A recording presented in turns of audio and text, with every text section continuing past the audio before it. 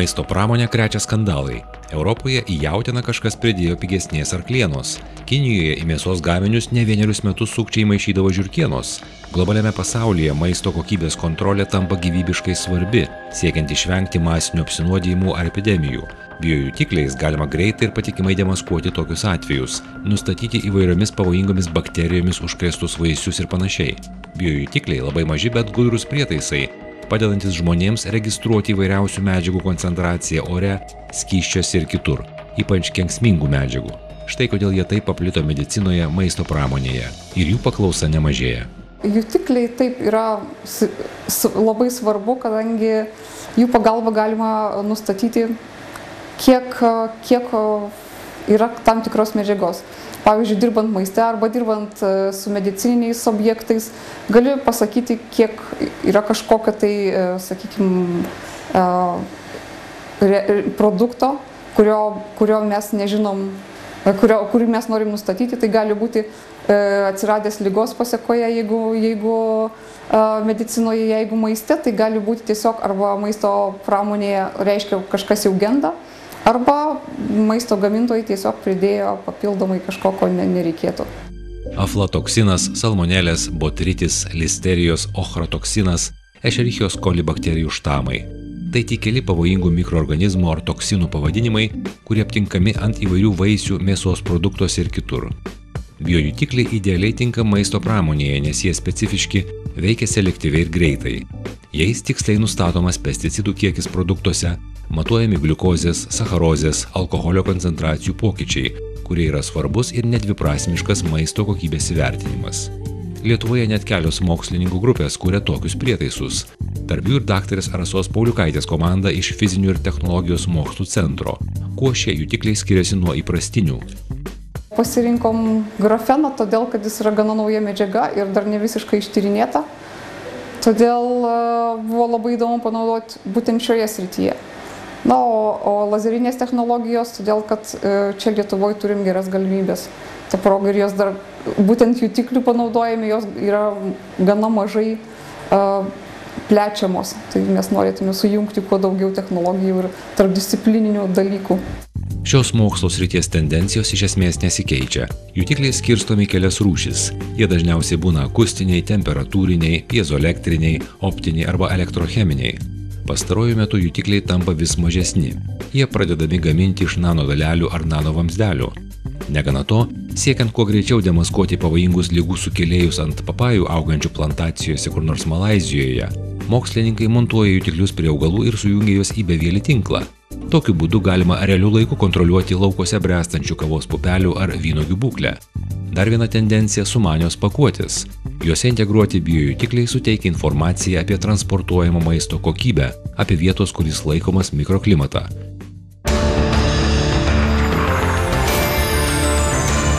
Mes dirbam konkrečiai su elektrocheminiais jutikliais, kurie yra daug paprastesni ir gana greitai gauna atsaką. Nereikia paruošti kažkaip pavyzdžio, tiesiog yra tam tikras mažas daikčiukas, kurį įkišus, bet reikia, kad būtų skystas tirpalas, iš karto galima nustatyti, kiek ten yra tos medžiagos, kurią mes norim rasti. Jutiklis sudarytas iš kelių dalių. Elektrodas gali būti bet kokia laidi medžiaga turinti kontaktą su potencijos statu. Pasirinkimas priklauso nuo to, ką norime nustatyti, nes ne visi elektrodai jutikliams tinka. Pavyzdžiui, elektrodams naudojant auksą, platiną arba grafitą, jais nustatoma daug skirtingų medžiagų vienu metu. Todėl signalai užgožia vienas kitą. Tad ką daryti? Tam, kad būtų tikras jutiklis, jis yra, kaip mes vadiname, modifikuojamas, tai yra padengiamas tam tikrais cheminiais junginiais, kurie būtent atpažįsta mūsų norimą objektą, tai yra junginį, sureaguoja su juo ir reakcijos metu gaunami elektronai patenka į elektrodą, taip mes gauname signalą potencijos state. Ir mūsų darbas yra tiesiog gauti tas medžiagas, kurios būtų gerai atpažintų, tiksliai atpažintų norimą mūsų objektą. Mokslininkai ES struktūrinių fondų finansuojamame projekte nano ir lazerinių technologijų panaudojimas grafeno tyrimui ir modifikavimui bei biojutiklių skirtų maisto kokybės kontroliai, konstravimui ir miniatiūrizavimui savo taikiniu pasirinko keletą medžiagų, kurias svarbu kuo anksčiau aptikti maisto produktuose. Kadangi mūsų projektas yra maisto nustatinėjimui, Tai, pavyzdžiui, dabar dirbame su askorbo rūgšties jutikliais, taip pat dirbame su biojutikliais, gliukozės tos pačios, gliutamato. Taip pat yra tokia vadinamas putrestinas, kuris atsiranda gendant maistui. Toks baltymas, tai su tuo ir taip pat dirbsime, kol kas dar nepradėjome, bet taip pat maisto šviežumui nustatyti. Tyrėjai ketina pagaminti degtukų dėžutės dydžio prietaisą, iš kurio kyšos elektrodas. Užlašinus tiriamo skysčio lašą bus galima greitai nustatyti ieškomos medžiagos koncentraciją. Panašūs jutikliai konstruojami ir kitose laboratorijose. Maisto kokybei nustatyti iki šiol dažniausiai būdavo naudojami optiniai jutikliai. Deja, mėginio paruošimas analizei užtrukdavo 1 ar net kelias dienas. Tuo tarpu elektrocheminiai jutikliai veikia kur kas operatyviau. Na, o nanotechnologijos naudojamos siekiant pagerinti jutiklių jautrumą. Jeigu naudoti makrotechnologijom, kokie ir dabar yra naudojami, tai paprastai ta koncentracija, mažiausia nustatoma koncentracija yra palyginti didelė, nes dedami dideli kiekiai medžiagų ir reaguoja gana, kaip mes vadiname, tūryje. O čia yra paviršinės reakcijos ir iš karto galima nustatyti žymiai mažesnės koncentracijas, žymiai mažesnės atsakas, signalas iš mažesnių molekulių, mažesniam prietaise. Taip pat nanotechnologijose dar viskas yra viena šalia kito, todėl reakcijos vyksta žymiai greičiau ir žymiai paprasčiau. Kadangi Lietuvoje tradiciškai stiprus lazerių mokslas, biojutiklių kūrėjai nusprendė pasinaudoti kolegų sukurtomis technologijomis. Sugalvojom panaudoti būtent nanotechnologijų gamybai, su lazeriu suraižyti, struktūrizuoti mūsų tą elektrodo paviršių, mūsų jutiklio paviršių, kad būtų lengviau susodinti į tam tikras saleles mūsų cheminius elementus. Tam kažkaip reikia struktūrizuoti ir lazerinės technologijos yra viena iš tokių būdų. Lazerinės technologijas kuria mokslininkai iš gretimo skyriaus, o nanostruktūrų gamyba vyksta šioje laboratorijoje. Čia pluša biologai, chemikai ir fizikai, ieškodami atpažinimo molekulių, kurios geriausiai tiktų biojutikliams. Tos atpažinimo molekulės dažniausiai, mūsų atveju dažniausiai yra naudojami fermentai, taip vadinami, kurie konkrečiai perdirba norimą molekulę, pavyzdžiui, sakykime, tą pačią geriausias pavyzdys yra gliukozė, šiuo atveju pramoniai naudojama gliukozės dehidrogenazė, o mes naudojame gliukozės oksidazę. Ir mūsų atveju, gliukozės oksidazės atveju susidaro vandenilio peroksidas, kurį žmonės paprastai naudoja kitiems tikslams. O vandenilio peroksidą elektrochemiškai labai lengva nustatyti, nes jis labai greitai redukuojasi ar oksiduojasi. Mokslininkai parenka fermentus, kuriems reaguojant į tyriamą medžiagą išsiskiria vandenilio peroksidas. Mokslininkai taip pat ieško elektrai laidžių polimerų, kurie naudojami įvairiose kitose srityse. Pasirodo, kad jie irgi puikiai tinka biojutikliams, pavyzdžiui, jie reaguoja į citrinų ar askorbo rūgštį. Elektrochemija patogu tuo, kad galim nustatyti tam tikrą intervalą, kuriame būtent vyksta ta reakcija. Pakeitus intervalą nustatomas jau kitas junginys. Kadangi dirbama su biologinėmis molekulėmis, nelengva jas stabilizuoti ant elektrodo paviršiaus, kad jos kuo ilgiau išliktų aktyvios. Šiaip fermentai yra gana gležni, jautrūs aplinkos pokyčiams. Vaizdžiai sakant, jie surakinami, sukaustomi grandinėmis ant elektrodo ir jų stabilumas sumažėja. Todėl jutiklių kūrėjai prideda papildomų baltymų, pavyzdžiui, albumino, kuris padidina fermentų darbo efektyvumą.